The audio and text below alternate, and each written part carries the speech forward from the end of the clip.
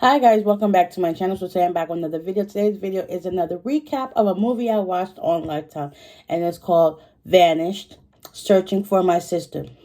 So it's actually based on true events.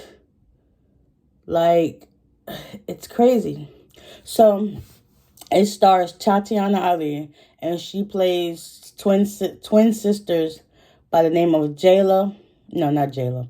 Kayla and Jada. So they each have a child, two girls, one a little bit older than the other one. So I think the Jada's daughter is probably about like 9 or 10, and then Kayla's daughter is 7. So it starts off with Jada waking up her daughter to get ready for school, and then her sister Kayla comes over with her daughter Olivia, and I guess the girls go to school together, so it's easier that way. So they start talking about how they're both single moms. They both got divorced. Well, Kayla's getting a divorce, and Jada's already divorced. So they both talk about how they're single mothers, divorced, and doing what they gotta do for their kids and stuff like that. So I guess Kayla, she's always had problems with like money and stuff like that. So she ends up falling in the into the bad crowd and stuff like that. So she ends up asking her mother, or not her mother, her sister Jada for some money for her because she got her new place or whatever. So she asks her sister for some money. Her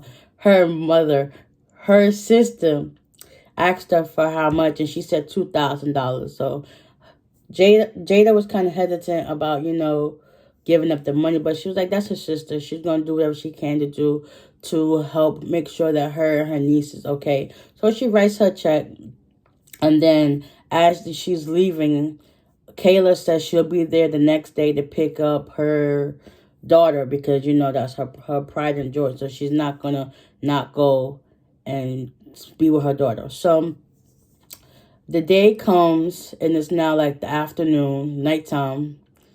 Jada still hasn't heard from Kayla, and they end up going by her ex-husband's house to see if he's heard from her, which is also Olivia's dad. And he wasn't there. He was just pulling up as they was there.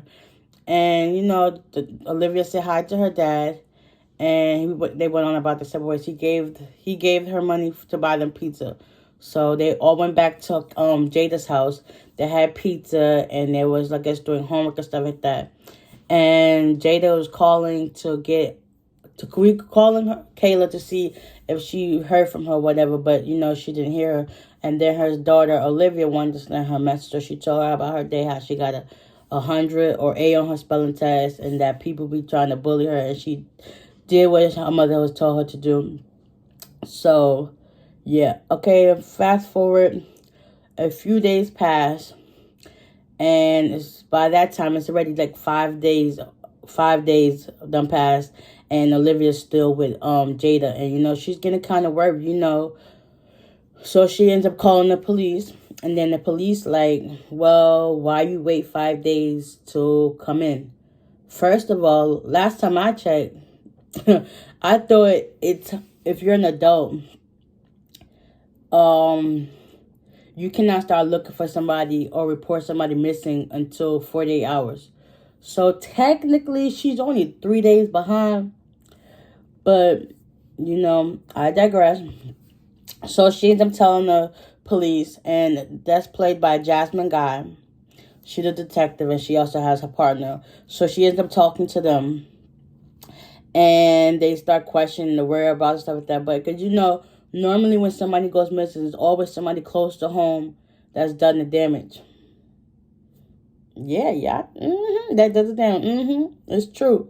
In 98% cases so far, even when I watch on TV, it be like somebody close to them that they knew. That's crazy. It really be crazy. So, Jada starts telling them all the information. She also had the key to her apartment and stuff like that. But there was like, so fast forward some parts. Fast forward, some parts. So then for detectives, they take all the information, and then over time, they start, I guess, doing surveillance on her place and doing phone records and stuff like that. And I guess they caught Jada going in and out of her apartment. They was like, so they call her back to the station. So they was like, so why are you sneaking into your sister's apartment if you have a key? Because at the time, during an investigation, stuff like that's supposed to be closed off. But I guess since they didn't get enough time to get around to it, Jada had easy access to, go through her things and stuff like that. So she did that, and, she was, like, kind of defensive about it. But it's like, come on now, y'all supposed to be doing your jobs. And she feel like they're not doing their job more readily than she wants them to do, basically. So after that, Jada takes it upon herself, to try to recreate her sister's days and steps of what really happened. So she starts, because I guess they was doing this back when they was younger. She dressed up as her sister and started going to the spots that she used to go to. Come to find out, she was into drugs. She was into bad people and owing them money, because one of the guys came up to her, was like, listen, you owe me some money. Don't try to think you're going to get away with this. So basically, Jada's fearful of her life. She ends up, everybody's talking to her friend and stuff like that. She starts seeing that her sister was into some crazy stuff. Like, her world was not all what it cracked up to be, but she managed to put on a brave face for the sake of her child. So, doing so, Jada, she was able to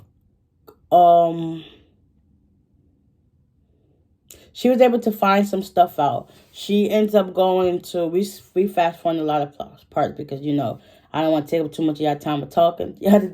But yeah, so she ends up putting two and two together. She started talking to her ex-husband again, her boyfriend, friends that she knew.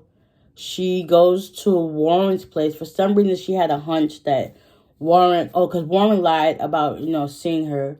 But mind you, he seen her the day she went missing, the night before she went missing. And he lied about that. So she started putting two together. She ends up going to Warren's place. She starts finding stuff that in his house that, Kayla would have had. She found the check that she wrote her sister that day she showed up to the house asking for money in his house. If you never seen her, why is her check at your house? That's a red flag right there. So she ends up doing that. And then she goes back to the cops with the detectives and reports back everything that she's on scene, found or whatever. And they were like, well, let us do our job, because right now you're trying to hinder what we're trying to do. And it's like, Jada cannot, back off, because that's her sister. That's her twin. Like, they share a connection like this. So it's hard for her to let it go. But long story short, she let it go. The cops was able to no, she didn't let it go, my bad. The cops was able to know, okay, well, let's see, we got this. They tried to figure out the DNA. They found blood in the apartment due to Jada being there, of course. And then after they took Warren in for something, he ended up letting him go based on the evidence, whatever, because they couldn't get the DNA fast enough, so they had to let him go. So Warren ends up going to Jada's house. Mind you, it's late at night. Because basically everything points back to Warren. So, which is the ex-husband and Olivia's dad. So, Warren pulls up at Jada's house. Mind you, it's nighttime. They start talking and stuff like that, because Jada ended up waking up because she heard a noise. So, Warren comes in the house. Jada and Warren starts talking. And one thing led to another. Like, their words kind of crossed. And I guess they didn't like what they were saying. Well, Warren didn't like what Jada was saying to him. So he ended up starting to choke her and strangle her. And then next, the two girls come downstairs, and she's like, Olivia's like, Daddy. And then he let her go. But the girl is still standing at the top of the stairs watching all of this. So Jada ends up hitting him with a lamp and he falls over to the corner. And then next you know, the cops come and they arrest him. I thought he died from just sitting there, but no, they never arrested him. And they come to find out Warren killed his ex-wife because she was moving on with her life and her child. And I guess he didn't like the fact that he can't control her no more, can't tell her what to do, can't tell her who to see, and stuff like that. Like sometimes when people move on and they had the last straw, that's when people want to try to wake up and change their ways. When it happens, it's too late. It's no coming back from that. Like, you lost out on a good person. You lost out on everything. Like, got the chance to be around your daughter. Like, the whole entire time she was supposed to be missing, he did not want to have his daughter. That right there was a red flag. Regardless, you know the other person is absentee. You supposed to pick up the slack from that absent parent. But no, he was not around his daughter at all. Every time she wanted to be with him, he was like, well, I got to go back to work. I got to do this. I got to do this. He was not once around his child at all. Jada was there holding it down like a mom should. And then some. So basically, the girl, Olivia, she lost out on two parents. Your dad's going away forever. And your mom was killed at the hands of your dad. Go figure. But long story short, that it's a good movie. It's definitely worth watching. And y'all be careful about who y'all let into y'all world or into your heart. Because you never know. That person's close to you might put you on your deathbed. Be careful out there. But I hope y'all guys enjoyed the recap of this movie. It's called Vanished, Searching for My Sister. And it's on Lifetime. You can watch on the Lifetime app. It's definitely worth watching. And like I said, it's based on true events. So, please give it a like, comment down below, hit that subscribe button, and notification bell so you can be notified every time I upload. And I will see y'all in the next one. Bye.